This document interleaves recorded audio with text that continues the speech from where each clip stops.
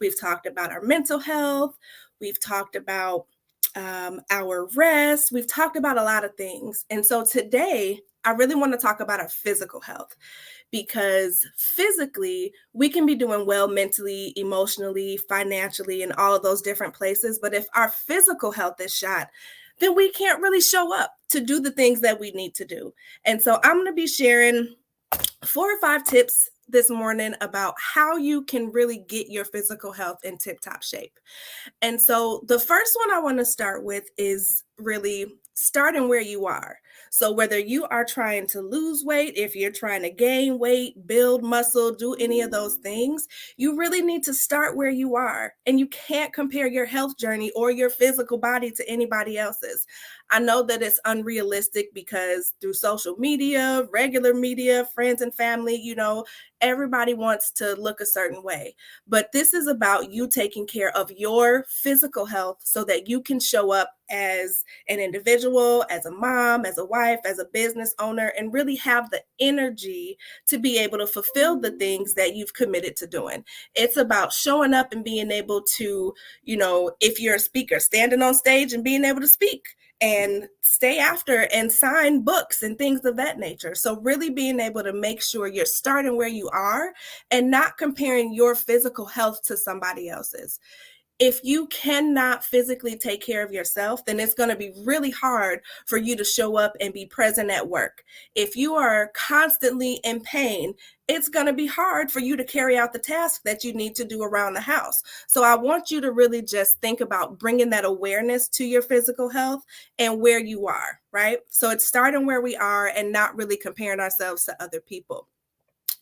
The second tip is to get enough sleep. Now, I know that I've said this in every single live, but it's because our sleep really impacts everything from our mood to our memory, our metabolism, how our heart functions, all of those different things. And if you're not prioritizing sleep and getting the sleep that you need for your body to just function properly, you're at a disadvantage. And so making sure that you're prioritizing sleep in a way where, whether you're going to bed 30 minutes early, if you are setting a consistent bedtime, just prioritizing and knowing your body needs rest. It needs that sleep so it can recharge. And you probably have heard this before, but your sleep and the amount of sleep that you get impacts your ability to fight off different infections. And with COVID still being present, monkeypox being around, all of those different things, I don't want us to sleep on how important sleep is. So you want to make sure that you're getting enough sleep. Number 3 is to really check your emotions and your mood. Now, I've talked a little bit about mental health, and I know that within the pillars of flow, the health pillar in and of itself is about our physical, mental, and emotional health. But we need to recognize and understand how our emotions and our mood impacts our physical health.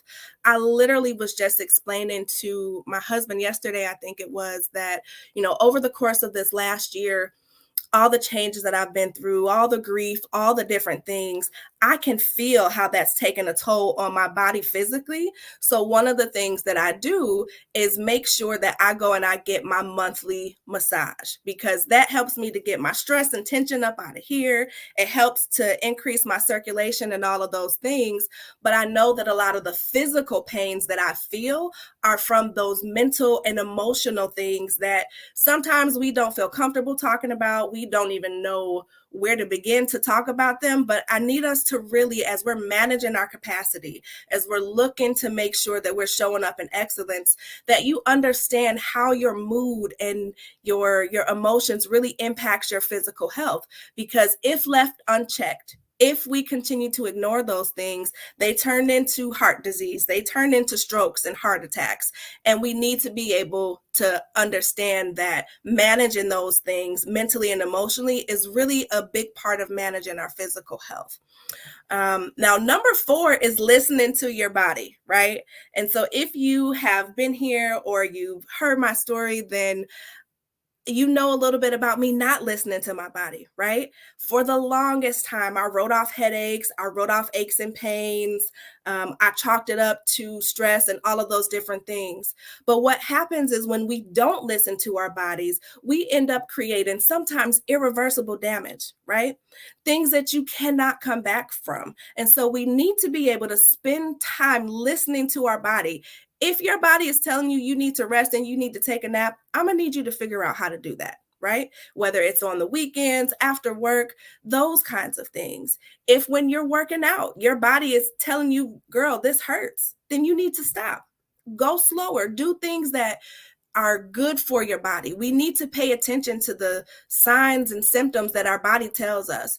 Again, whether it's those headaches, whether it's the aches and pains, if you are feeling physical symptoms, I need you to make sure that you are listening to that and you're doing the things that you need to do to take care of your body, whether that's going to a doctor and, making sure you're at your annual doctor's appointments, whether that's taking your vitamins, the things that you need to give you the nutrients so that you can have the energy to show up, but listening to what your body needs. We are not in a season where we can continue to ignore what our body is telling us for the sake of being the strong one, for the sake of being, the productive one, so that we can show up and look good on social media and in front of our coworkers and friends and families, when at night we are literally in physical pain and it's impacting our ability to sleep.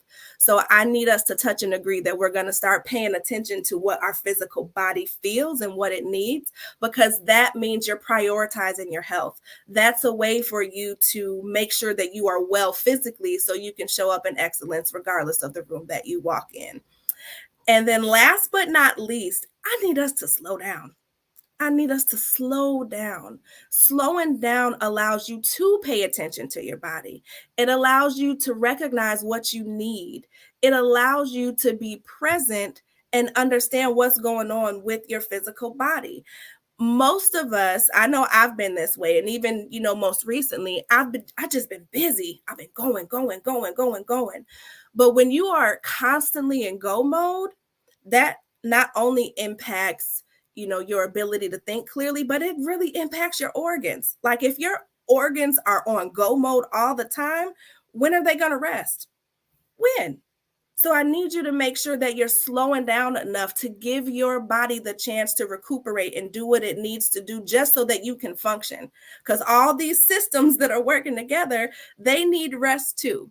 So making time to slow down, to be present, to listen to your body, to get the sleep that you need, and to understand that you're starting where you are, wherever you are on your physical journey. These are all tips that you can use to make sure that you are practicing wellness when it comes to your physical health. So if you are someone who needs help trying to figure out what that next best step is, send me an email or book some time on my calendar so that we can have a quick capacity check-in, because that's what I'm here for. My goal is to make sure that everybody that can hear my voice is being able to manage their capacity so that they can flow and flourish in every single area of their lives, both personally and professionally. And managing and taking care of our physical bodies is one of the number one ways to do that. So that's all I have for you today. Next week is actually our last week of this series. So make sure that you're tuning in. I hope that this is helping you to manage your capacity and create work-life balance. And until then, I'll see you next week.